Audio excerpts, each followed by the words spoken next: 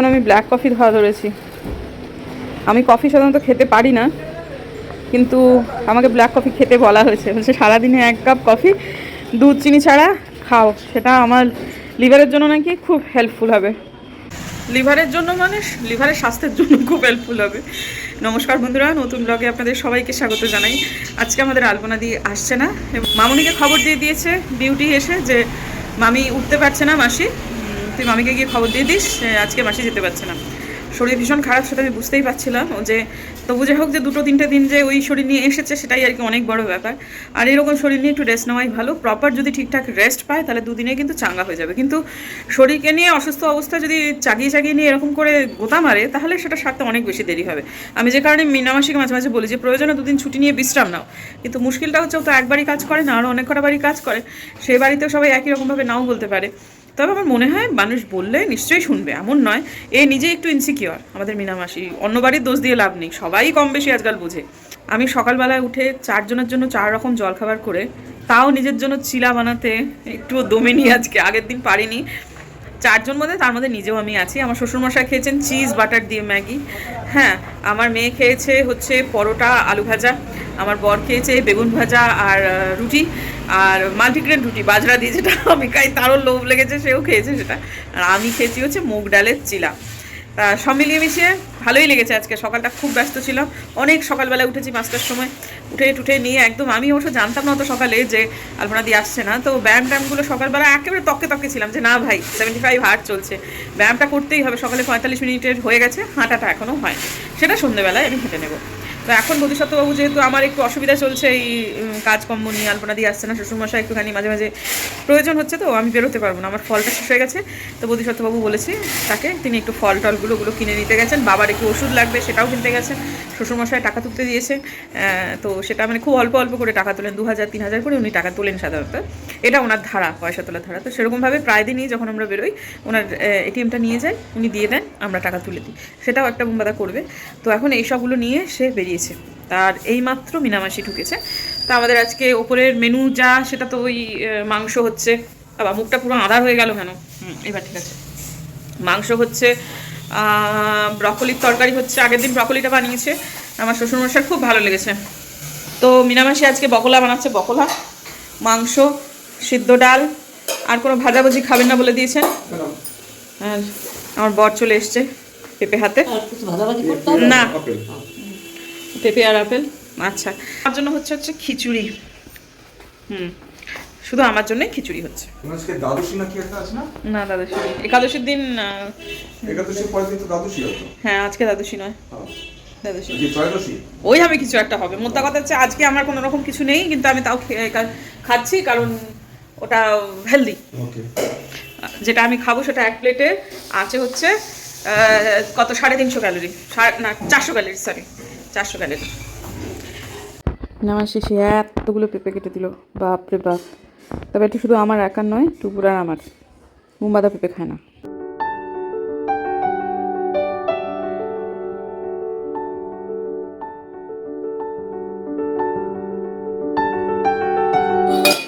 এইটি হচ্ছে আমার বরাদ্দের খিচুড়ি, যেটা আজকে মিনামাসি বানিয়েছিল। সমস্ত কিছু মেপে টেপে আমি দিয়েছিলাম। বাইরে শুভ সন্ধ্যা, সন্ধ্যা লেগে গেছে। তো যেটা বলার, সমস্তটুকু মেপে দিয়েছিলাম, যেহেতু আমি একবেলাই খাবো সেটা। এই জন্য নিজের জিনিস নিজে করে নিতে চাই। আমি জানি না এই সমস্ত টাইমগুলোতে, আমি জানি মিনামাসি এমনিতে রান্নাটা খুব ভালো করে, খুব অল্প তেলে, কিন্তু একটু প্রথার বাইরে বেরোলেই না কনফিডেন্সটা টলমলো খেয়ে যায়। এবং একদম মানে এতটাই কি বলবো, মানে অতিরিক্ত মাত্রা টলমলো খেয়ে যায় আর কি ওর কনফিডেন্স। তবে একটা এইসব ব্যাপারগুলোতে পজিটিভ দিক যেটা আমি ধরে নিচ্ছি, সেটা হচ্ছে যে এরকম রান্না করলে না মানুষ বেশি খেতে পারে না, এই একটাই পজিটিভ দিক। তবে সবটুকুই আমার ভীষণ রকম মাপা ছিল, এবং সেটা আমি খেতে পারিনি, এবং সেটা আমি খেতে পারবও না। হ্যাঁ, তো কিছু বলার নেই, বয়স্ক মানুষ, তাও তো করলো। এখন বিশাল বড় আমাদের একটা রক্ষাকর্তা বলা যায় মিনামাসি এবং মামুনি আজকের দিনে। নাহলে এই আলপনাদি যেদিন আসে না, সেদিন তো চুল খাড়া হয়ে যায়। মানে যেদিন ও আসে না, ধরুন সেদিনকেই আরও বেশি করে বোঝা যায় যে ও যেদিন আসে সেদিন কী কাজ করে। বাস্তবে খুব যে একটা বিশাল বড় কাজ তা না, কিন্তু এই যে আমার শ্বশুরমশাইকে সারাক্ষণ অ্যাটেন্ড করা, হ্যাঁ, মানে ছোটো ছোটো কাজ, এই ফ্যানটা বন্ধ করে দে, গরমকাল ক্ষেত্রে ফ্যানটা বন্ধ করে দে, ফ্যানটা একটু কমিয়ে দে, আলপনা। আলপনা দিয়ে হয়তো ছাদে দৌড়তে দৌড়তে এলো, ফ্যানটা এক ঘাট কমিয়ে দে, এই জন্য ছাদ থেকে দৌড়ে দৌড়তে এলো। আচ্ছা, কমিয়ে দিয়ে আবার যেতে না যেতে, আলপনা গরম লাগছে, বাড়িয়েই গরম দে, চামচ দে, চা দে, ফোন দে, 4খানা ফোন, 4টেই ক্রমাগত কোনো না কোনো ফোন পাচ্ছে এবং 4টেই তিনি হারিয়ে ফেলছেন, কোথাও না কোথাও রাখছেন। ফোন চার্জে দে, এখন তো আলপনা দিয়ে হাতে ধরে ওষুধগুলোও দেয়, চিনে গেছে সব। তো যেদিন ও থাকে না সেদিন আমার শ্বশুরমশার যেমন অসুবিধা হয়, তার যেমন একটা মনোকষ্ট থাকে যে মা বৌমাকে ওরকম করে আলপনার মতো করে করবো, সেটা যেমন তার খারাপ লাগে, তখন অনেক সময় আবার পেরেও ওঠেন না, তখন আবার তার আমার সাহায্য লাগেও। বোঝা যায় সত্যি কথা, ও না আসলে কি হয়। তবে ও ভালো রকম ভুগছে, আমি বুঝতে পারছি সেটা, কালকেও সম্ভাবনা নেই খুব একটা আসার। তবে ঠিক আছে, আর কি করা যাবে, ছুটি ছাড়া কাজ হয় না, নিক কটা দিন বিশ্রাম নিক, তাহলে ভালো হয়ে যাবে। আমার লেগে গেছে, নাক দিয়ে অজরে কাঁচা জল বেরোচ্ছে। আর আজকে সকালবেলা 5টার সময় উঠেছি, উঠে যে নাইটটা পরা ছিল সেই নাইটি পরে পালোয়ান হয়ে, দেখি তো কেমন ঠান্ডা বলে একটুখানি এই দরজাটা খুলে তখন একদম ঘুটঘুট করছে অন্ধকার। তখন আমার মনে হলো এই ঠান্ডাই নেই বলে আবার আমি এরকমভাবে এই দরজাটাই এরকমভাবে এরকম করে বন্ধ করে দিলাম। বন্ধ করে ওইদিকে গিয়ে গোপালকে দেখলাম, হ্যালো গোপাল, হ্যালো গোপাল করলাম।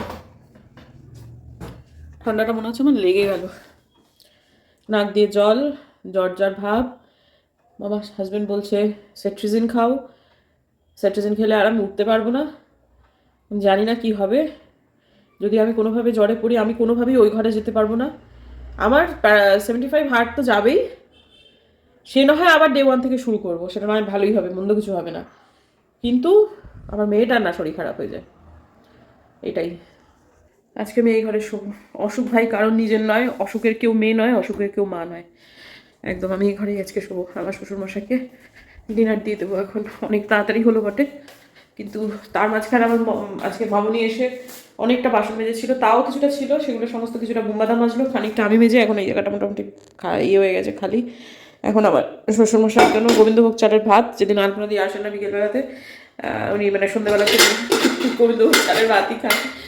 বিকেলবেলা কথাটাই সত্যি। এর মাঝখানে একদিন আমি বলছিলাম যে আপনি এখন ডিনার টাইম এগোতে এগোতে এমন জায়গায় নিয়ে এসেছেন, 2 দিন পর দেখবো যে বিকেলবেলা আপনি ডিনার করছেন। আমি তোয়ালে নিয়ে এখন আমি রামু কাকা হয়ে ঘুরে বেড়াচ্ছি, প্রচণ্ড হাঁচি হয়েছে, নাক দিয়ে ভাজা জল আছি, এক কথার কত বলবো। হ্যাঁ, তো এখন শ্বশুরমশাইকে তার মানে সন্ধ্যাকালীন নৈশ ভোজ কি দিয়ে দিই, তারপরে এই যে হয়ে গেল। এই মাখাটা খেতে আমি খুব ভালোবাসি, মাঝখানে একবার হয়েছিল চামচে দিয়ে মেখে মেখে দিচ্ছিলাম, সেটা আমার পছন্দ হচ্ছিল না। কেন আমার হাত থেকে হাত দিয়ে মেখে দিতে তোমার অসুবিধা হয়? না সেটা না, যাও ঠিক আছে। আপাতত এই যে গরম ভাত মাখতে একটু টাইম, এই তো আর কিচ্ছু না, চলুন এবার যাওয়া যাক। আর আমার শ্বশুরমশাই সেই বিভৎস ঠান্ডা লেগে গেছে, বিভৎস, এখন খেলা দেখার মতো। আমার বরটা খুব চাপ করছে, অনেকবার করে বেরোলো, এখন আবার আমার জন্য ওষুধ কিনতে বেরিয়েছে। আমি ভেবেছিলাম তুমি বোধহয় বেরিয়ে গেছো, তা বেরোয়নি। আমার শ্বশুরমশাই এখন খাওয়া চলছে আর আমার বর এখন বাজারে যাচ্ছে।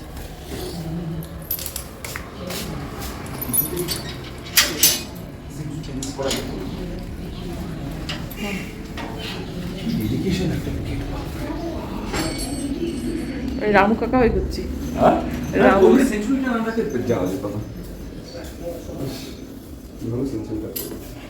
চলো নিচেই থাকবো নাকি?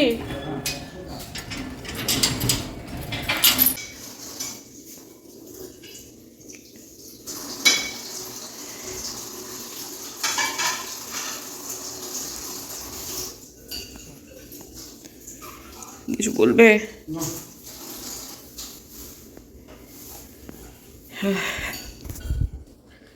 আমার অবস্থা খুব খারাপ,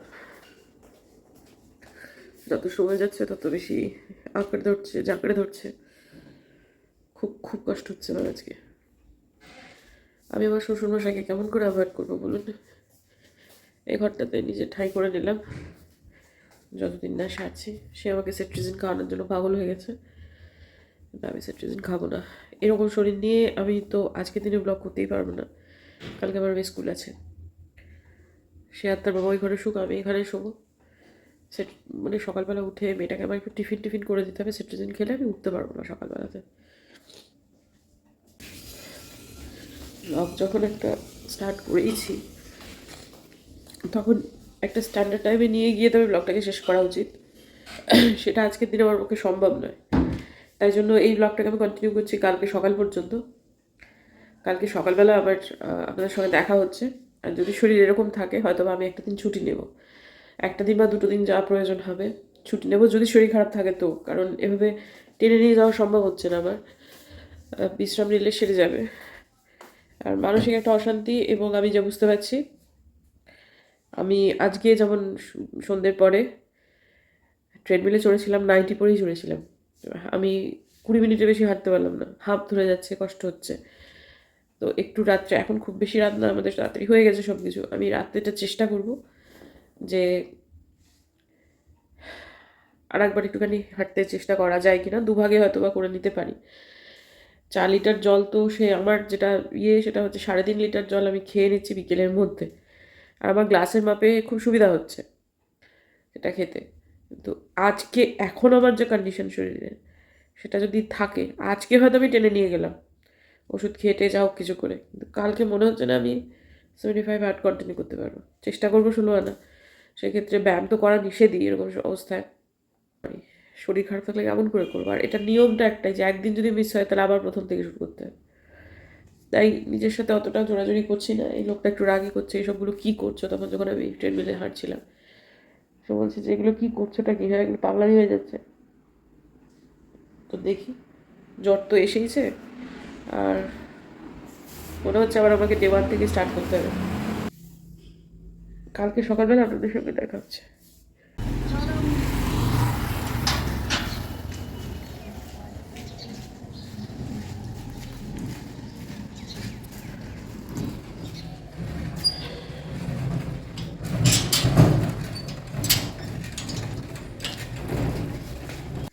সুপ্রভাত বন্ধুরা, কিছু করে দিতে পারলাম না টুকুকে, সবই বোমাদা করেছে।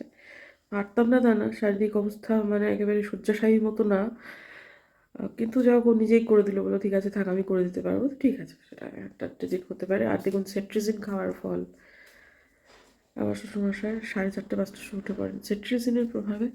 দেখুন 7:30 বাজে, এখনও ঘুম থেকে উঠতে পারেননি, চা রয়েছে এখানে। এই কারণেই আমি সেট্রিজিন খেতে চাই না, অ্যান্টি অ্যালার্জিক ওষুধ আমি এই কারণেই খেতে চাই না। আমি জানি উঠতেই পারবো না, আমি এখানেই বসে আছি, কারণ বাবা এখনও ওঠেনি, বাবা আবার ফিবে তালা খুলে দিতে হবে, সেই জন্য। তাই এখানে বসে বসে কী করব, তাই একটু বসে বসে যেটুকু হয়, অন্তত আজকে প্রাণায়াম করতে পারবো না, নাক পুরো বন্ধ, ওই ফেশিয়াল এক্সারসাইজ যেগুলো আছে সেগুলো অন্তত করে নিই।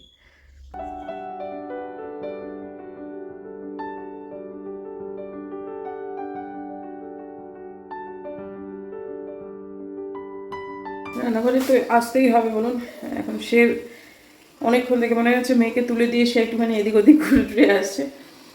তার শ্বশুরমশাই উঠে পড়েছে, তাকে চাটা দিয়ে দিয়েছি, এবং যখন উঠে পড়েছেন উনি আসলে দরজাটা খুলে দিতে পারবেন, তাই উপরে এলাম। উপরে শুধু জল ফোটাচ্ছি ইনফ্যাক্ট। আর এই জায়গাটায় একটু অবিন্যস্ত হয়েছিল, রাত্রেবেলাতে এইগুলো মাজতে পারেনি, যাই হোক বেশিটাই মেজে রেখেছিল, এখানে ছিল সমস্ত, সেগুলো সব তুলে তুলে এখন হাঁড়িটাতে জল না ভরে রাখলে ওটা মাজা যাবে না। এখন এই জলটাকে ফোটাতে ফোটাতে খানিকটা কমাতে হবে, তারপর গরম জল, সেই গরম জলটা খেতে হবে আর কি, সময় লাগবে। সকাল তো শুরু হলো এরকমভাবেই, এবং এরপরে শরীরের যা ক্ষতি, আর একটা ব্লগ হয়তো আজকের দিনে করতে পারবো মনে তো হচ্ছে। তো চলুন বন্ধুরা, দেখা হচ্ছে বরং একটা নতুন ব্লগে। আমি জানি না কেন কি ভেবে আমি 3টে শর্টস বানিয়ে সেগুলোকে রেখে দিয়েছিলাম, যে কেন পাবলিক করা হচ্ছে না তার কোনো কারণ নেই, একদম সমস্ত এডিট করা সব কিছু হয়ে গেছে, কিন্তু কেন জানি না ওটাকে আমি পাবলিক করিনি। মনে হচ্ছে যদি হয়তো একদিন ছুটি নিতে হয় তাহলে এই শর্টসগুলো সেদিন দেবো, এখন মনে হচ্ছে আর কি। যখন আমি রেডি করে রেখেছিলাম তখন সেরকম ভাবনা ছিল না, জাস্ট দেওয়া হচ্ছে না, পাবলিক করা হচ্ছে না, একটা আঙুলের টিপেতেই পাবলিক হয়ে যায়, কিন্তু তবু সেটা হচ্ছে না। তো এখন দেখুন প্ল্যান অন্যরকম হয়ে গেল আর কি, যদি ছুটি নিতে হয়, যদি আরও বেশি শরীর খারাপ করে, তাহলে ওইগুলোই একদিন দেবো, তা বড় ব্লগ না দিয়ে পরপর 3টে শর্টস, দেখা যাক কী হয়। আজকের দিনের জন্য বিদায় নিচ্ছি বন্ধুরা, যদি আমার ভিডিও ভালো লাগে তাহলে প্লিজ সাবস্ক্রাইব করবেন, পাশে নোটিফিকেশন বেলটা অন করবেন যাতে ভিডিও দিলেই নোটিফিকেশন চলে যায় আপনাদের কাছে। দেখা হচ্ছে আগামীকাল, ততক্ষণ